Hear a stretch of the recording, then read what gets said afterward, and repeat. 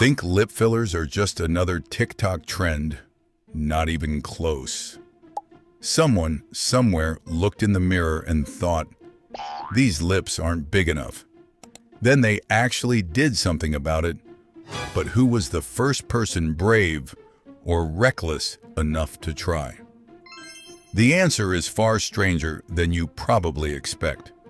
Most people assume lip enhancement started in Hollywood. Nope.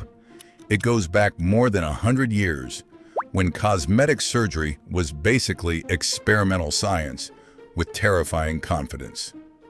In the early 1900s, doctors began injecting whatever they thought might work.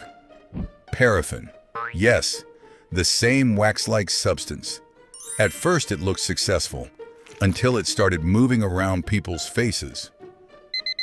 Imagine waking up and your lips deciding they preferred a different zip code.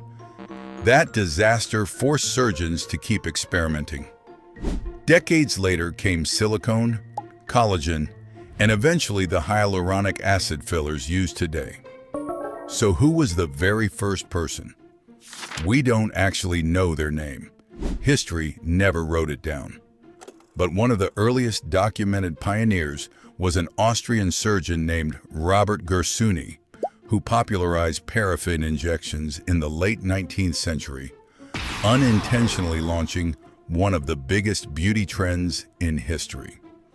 It's funny to think that every perfectly filled Instagram selfie might trace its origins back to an experiment that went spectacularly wrong.